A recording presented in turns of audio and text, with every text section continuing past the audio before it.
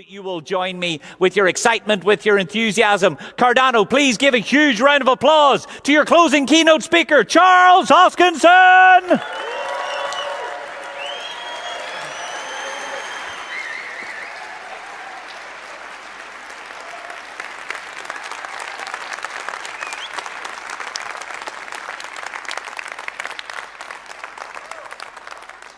Hi, everybody. Hello, Switzerland. You know, there's warm, sunny Colorado. We got to come up with a tagline for Switzerland. First off, I'd like to thank the Cardano Foundation for everything that they did here. It's really been an amazing event. I came in from Scotfest yesterday, and I had a chance to go to the award ceremony yesterday. There was pyrotechnics in the room, and community voting and all these kinds of things. Even Hosky made an appearance. I guess this is Tuxedo Hosky. And what was so incredibly humbling was just the vastness of this. Thousands, if not over 10,000. The numbers eventually will come in, but I think there's more than 50 events, tons of community events, thousands of concurrent viewers all across the world, from Vietnam, people and Turkey, people in England, people in Germany, people across the US, Japan, South Korea. This started as just a small group of people in a room writing on a whiteboard. And look how vast it's gotten in just such a short period of time. And what great stewardship has materialized amongst you, the community, and what you've been able to accomplish. What makes Cardano so special is not the technology. It's always been the culture in the community. It's always been the approach. And we saw that very firmly this year. Last year was a pretty amazing and fun year, but it was also a very frustrating year. We saw pictures of bananas selling for $1 million. And they weren't even pictures. They were like a representation of a picture where you didn't even own the intellectual property, yet it sold for $1 million. And there were a lot of people making fast, loose money. And these incredible projects on paper come out, Luna and Celsius, and these amazing entrepreneurs praised by the media, like SBF at FTX. And they'd say, we know the future. And they say, oh, those Cardano guys, they're too old, they're too slow, it takes too long, peer review and evidence, we don't need any of that. You have to move fast to break things. The wrong way is the right way. People would even say that in interviews. And lo and behold, this year, the markets collapsed. One after another, like a bunch of dominoes. Meanwhile, we're here and strong. We are in one of the worst, most pervasive, most contagion-filled bear markets in the history of the cryptocurrency space. We've never encountered anything like this, where every regulator in the world is having difficult conversations at the moment, where every consumer in the world is a bit scared, where my mother calls me and says, are you broke yet? It's happened to some of you too. Come on, show of hands. Yeah, there's a few. Yeah.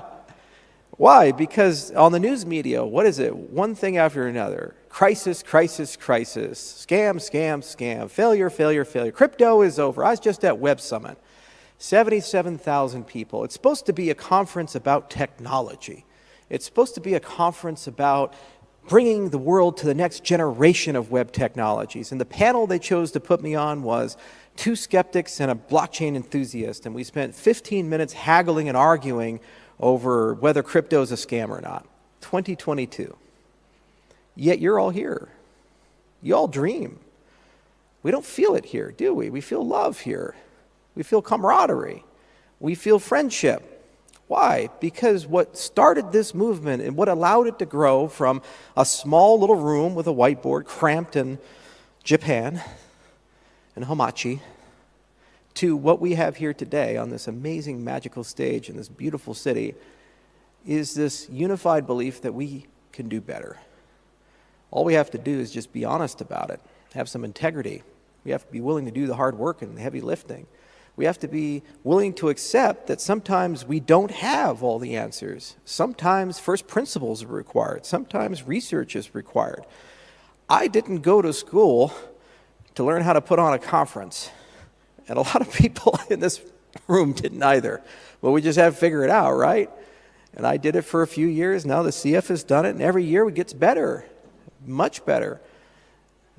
What degree do you get to become an expert in game theory, distributed systems, programming languages, law and policy, and speaking before Congress, and God knows what else? Come on, there's too much here. I was just hanging out with some of the CF people backstage, and right before that, they showed me this beautiful bottle of wine. You guys remember the country of Georgia? Well, they closed the deal, and the CF has this amazing thing that they've done with the country where you have a QR code on the bottle, and you can scan the bottle, and it tells you all kinds of stuff about it, and it's on Cardano blockchain. That was something we were talking about as an example use case, as a hypothetical, and now it's a reality that you can hold in your hand. You think anybody knew how to do that when they started? No, we figured it out. It was a problem to solve. The world works a lot better when you have a problem-solving mentality and you eschew cynicism, because every problem you run into is not a wall. It's a fun challenge to figure out. Every barrier is just an excuse to figure it out how to get around the barrier.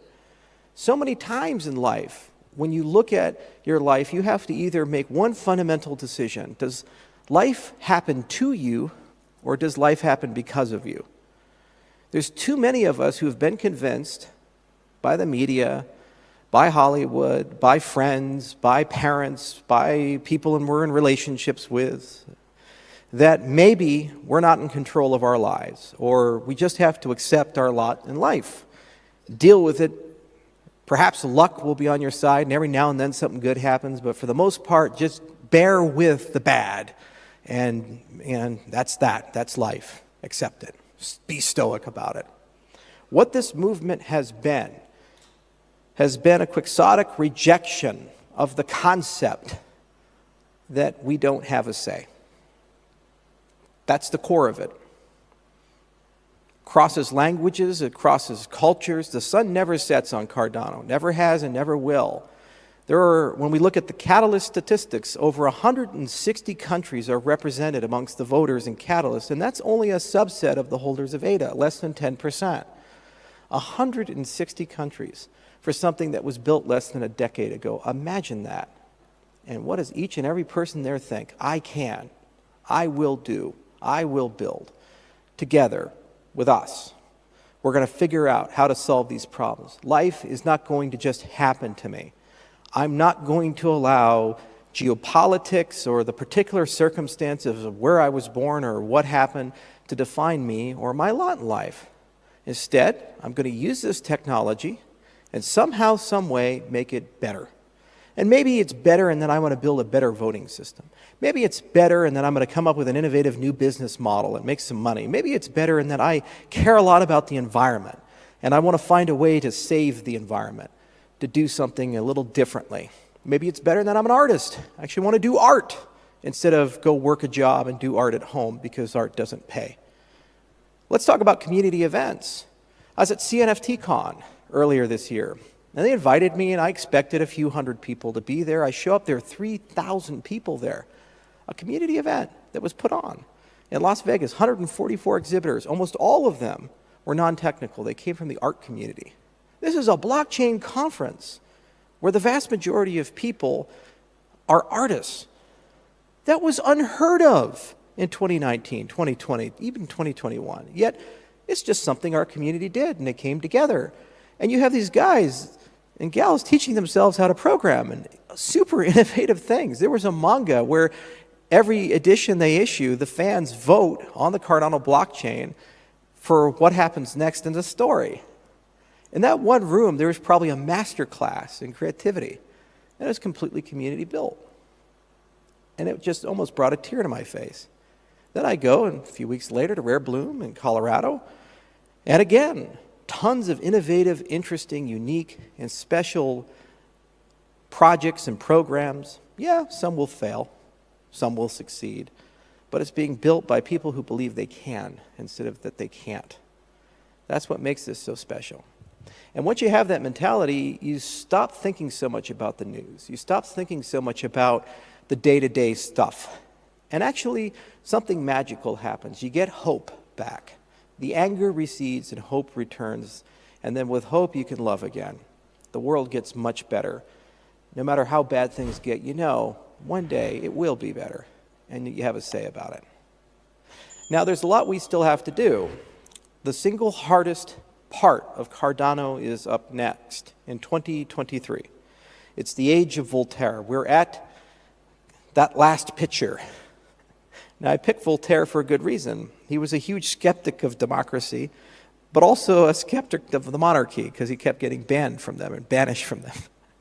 Brilliant guy, wrote over 20,000 essays and books and pamphlets, sometimes under a pseudonym, sometimes under his name. I don't know how he didn't get assassinated, given how many people he pissed off.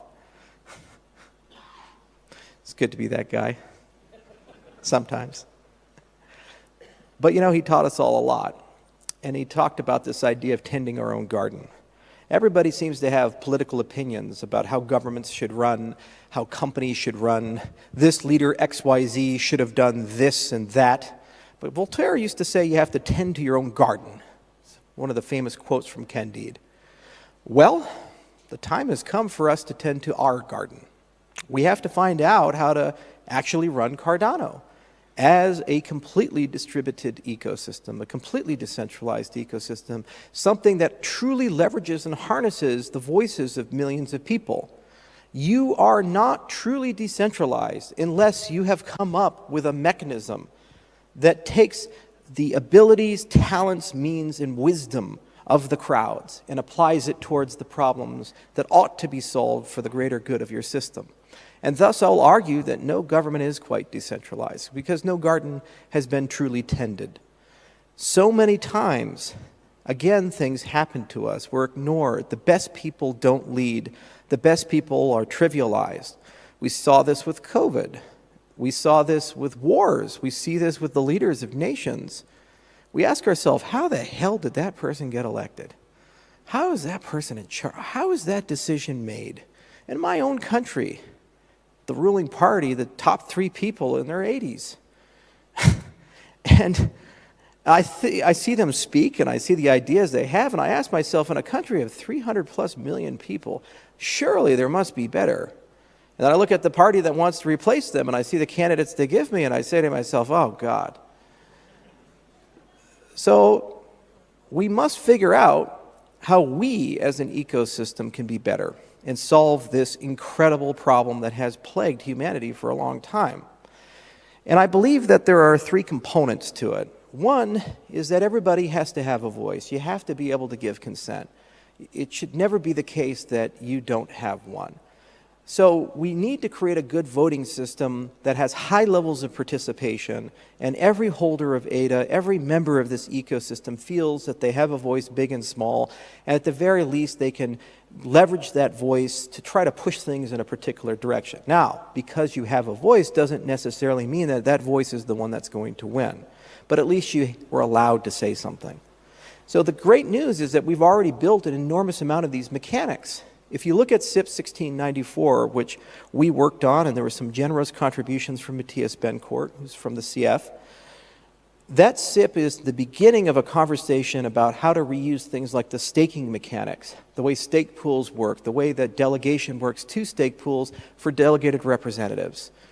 This actually would be a very easy system to roll out in a reasonable period of time, and it's something that we know we could conceivably get equivalent participation to the participation we get with stake pools, which is currently 74%, which is 50% greater than the amount of people who vote for the president in the United States who are eligible to vote.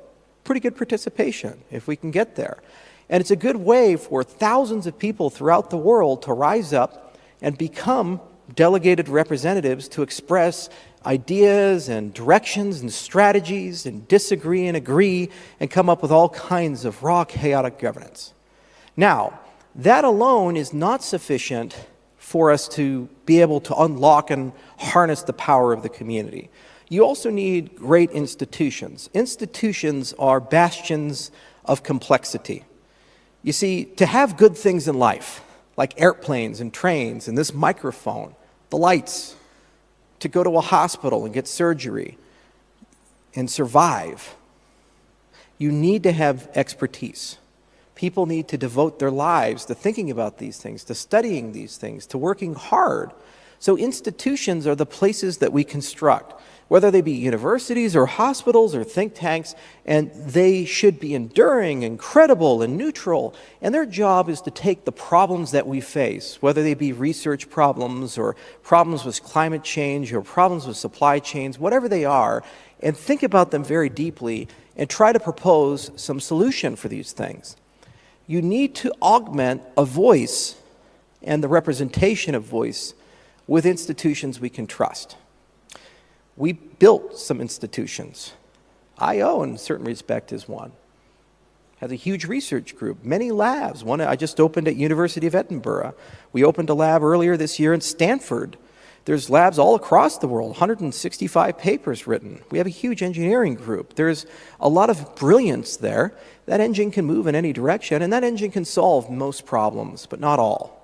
There's another great institution. It's the institution that put on this conference, the Cardano Foundation. Within it, it has wonderful people with decades of experience in everything from regulation and law and policy and compliance and risk to now an increasingly larger group of people that understand things like marketing and branding, that understand, they did the Georgia deal, for example. And that institution's here to stay. It's well endowed. It's in Switzerland. It's politically stable. And so the key that we have to figure out is how do you embed those institutions in the right way to provide value for the Cardano ecosystem and make sure that they enduringly provide value and that more institutions come. There are thousands of potential partnerships that we can bring in, and all we have but to do is ask and partner. So another institution we're proposing, and it's going to be a great fun debate to have, is a members-based institution, a members-based organization. Basically a neutral ground for people to come and have a governance and technical steering committee and all these things, to actually have domain experts, dApp developers, you, the people building on Cardano, have a voice and be able to suggest, say, and sometimes demand the things that you need to be competitive, the things that you need for Cardano to evolve and grow. If this is done in the right way, we could see it grow to thousands, tens of thousands of members, and run itself by the members for the members. Then it's a natural place for other institutions like I/O, like Emergo, like the CF to plug into and add value to in their own way. You see, that's how you work together constructively. You don't tear things down. You don't say radically change things. You just keep adding. You just keep building. You let people fall into roles where they feel most comfortable and capable and able, and then each and every one can then add their value. The other thing is we have to make some heavy decisions about the future of Cardano. At ScottFest, we unveiled Ouroboros Leos.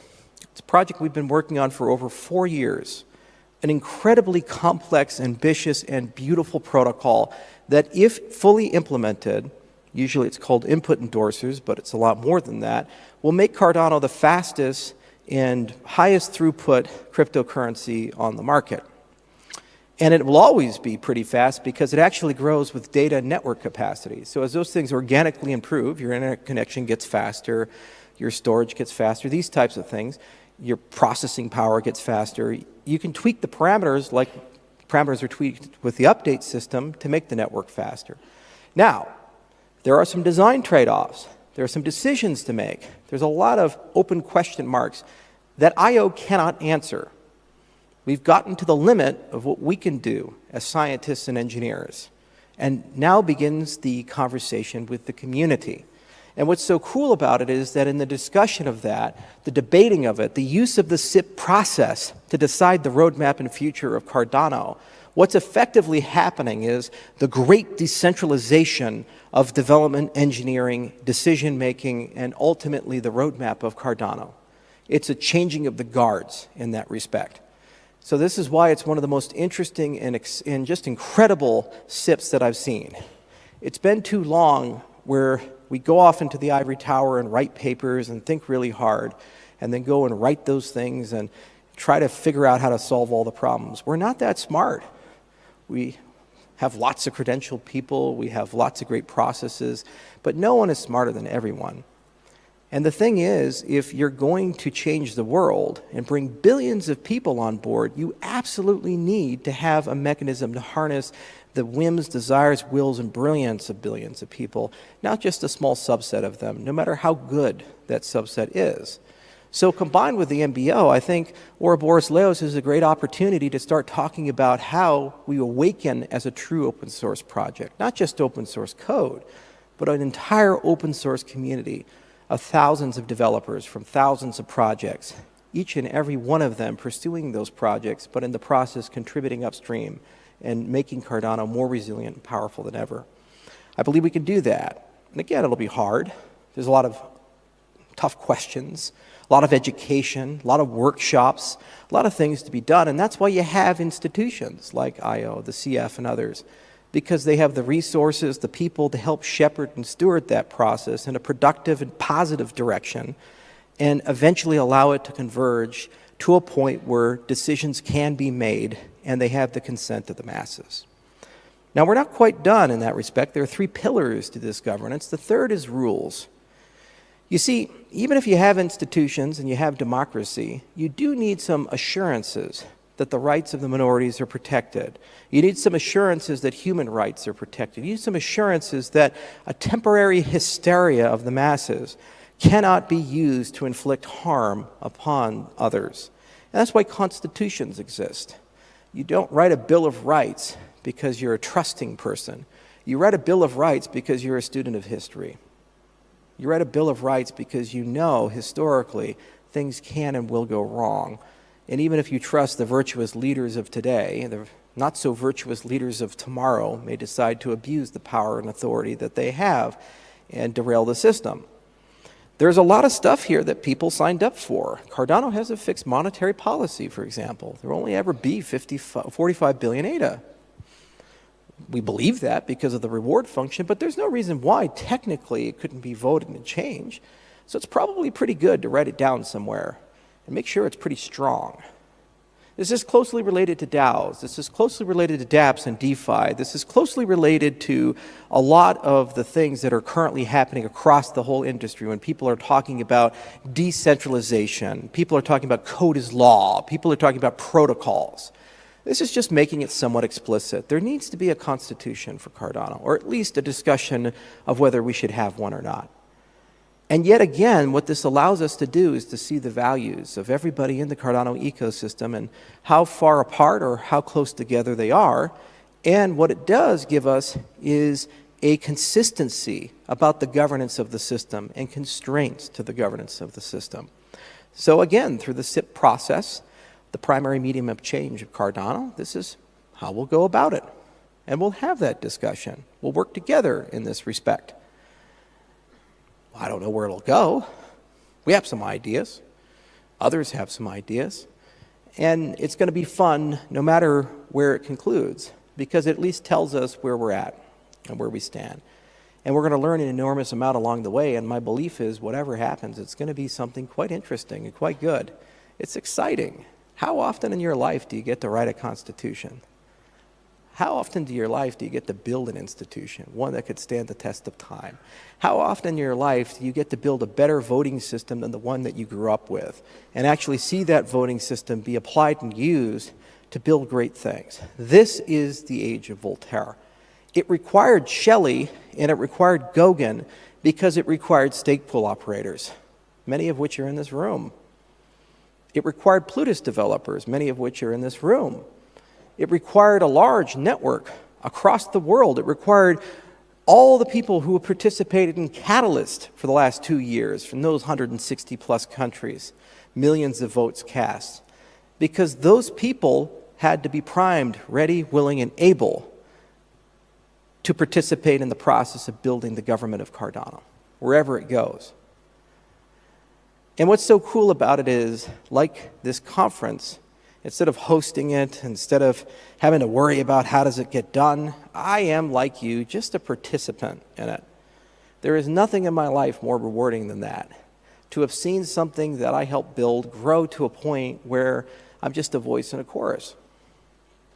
Just one man. As it should be.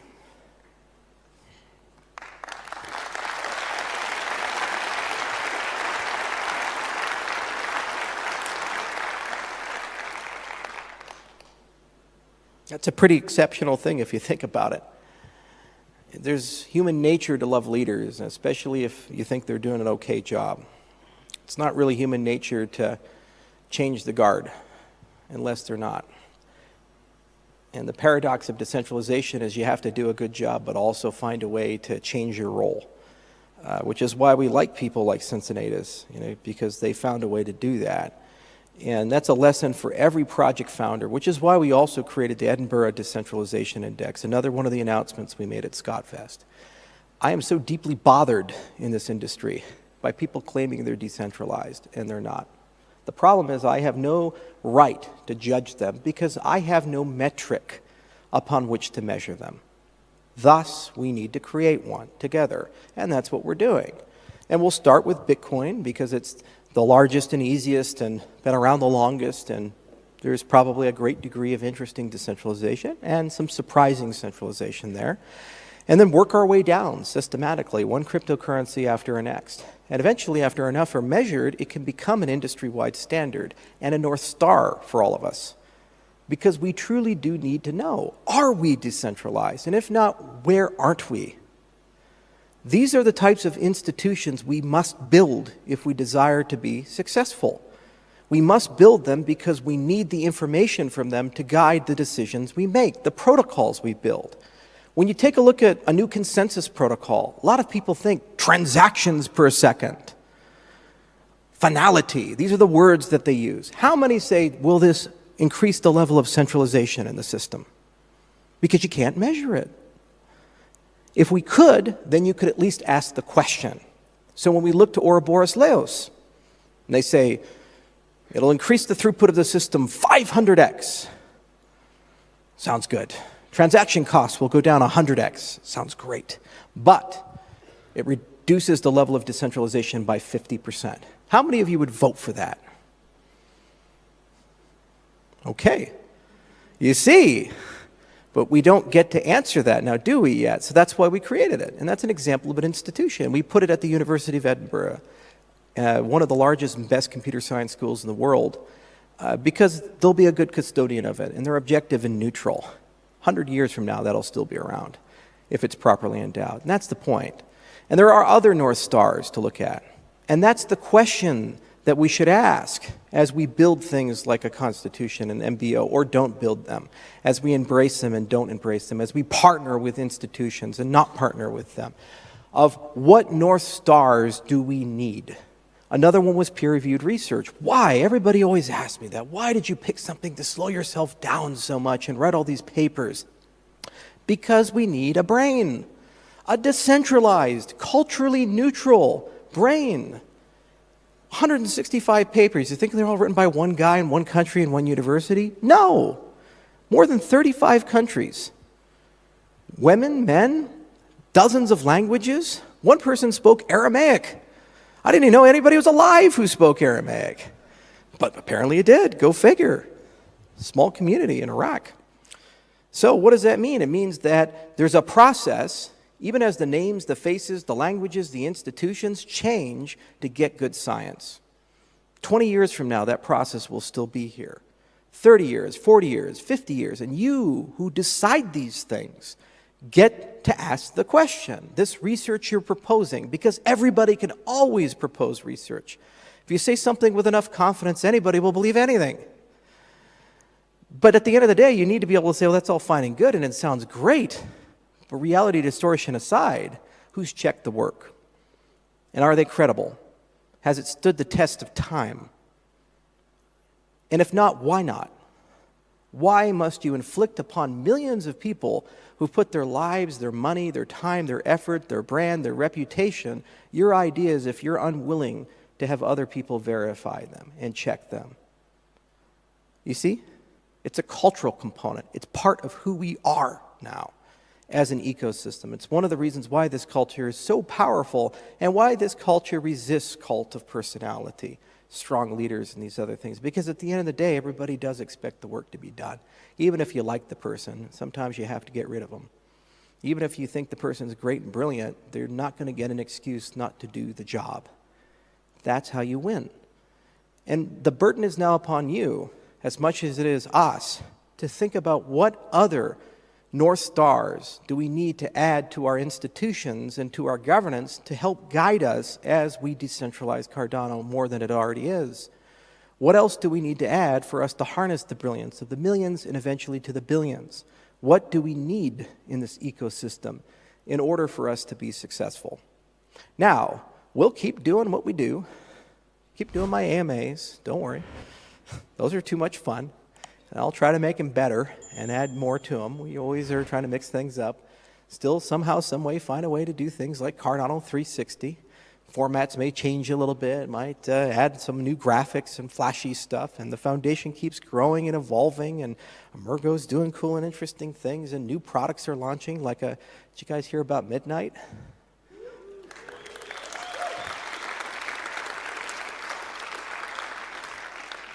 And that's a powerful one. Boy, I wish I could do a whole presentation on that. But that's going to happen. So that's not going to change.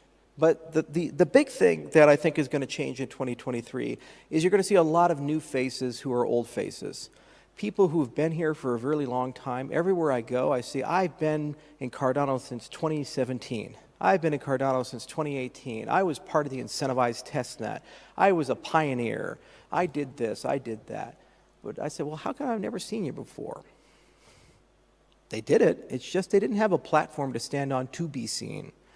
And that's the power and magic of what we're constructing together now, is we're building that platform to be seen. And because they're seen, for the first time ever, they can actually truly be heard.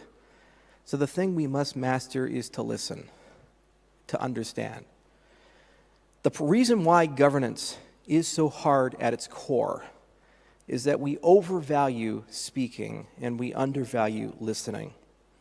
We overvalue proclamations, personality, charisma, and we undervalue understanding. We overvalue winning and undervalue the concept that perhaps people both can be right. In so many cases, when we disagree with each other, we're not disagreeing about facts and circumstances, we're disagreeing about values. In so many cases, when we disagree with each other, we're talking past each other, not to each other and with each other. If this is truly going to work, it's not going to rest upon great technology. We've already proven to this industry that we have the best. It's not going to rest upon a great community. We've already proven to this industry we have the best. If you want to challenge that, look at our Twitter sentiment versus Solana's. Okay? Or even Ethereum and Bitcoins. There is panic and blood in the streets. No one's sweating here. We feel good. Stuff goes up, stuff goes down. It's like that meme, first time, eh?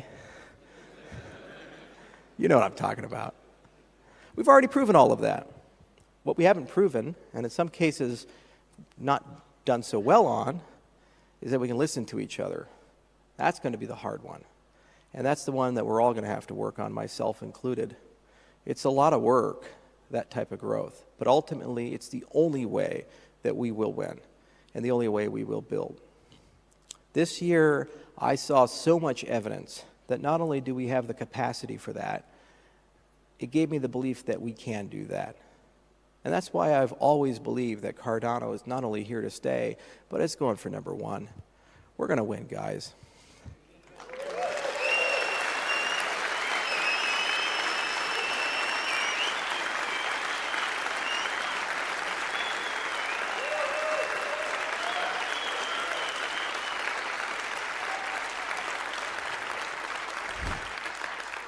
And after all, why shouldn't we? Seriously, isn't it about time the good guys win for once? We're here to change the damn world. We're here to give everybody their freedom back. We're here to give everybody their life back. We're here to give people their power back. We're here to inspire people. We're here to give people control over the aspects of their life, their money, their identity, their voice. We're here to give economic identity to those who don't have it. We're here to give hope back. In a world so utterly bereft of these things, in a world where every year you wake up and you're told it's going to get worse the next year, it's about time that somebody wins who says it will get better. Isn't it?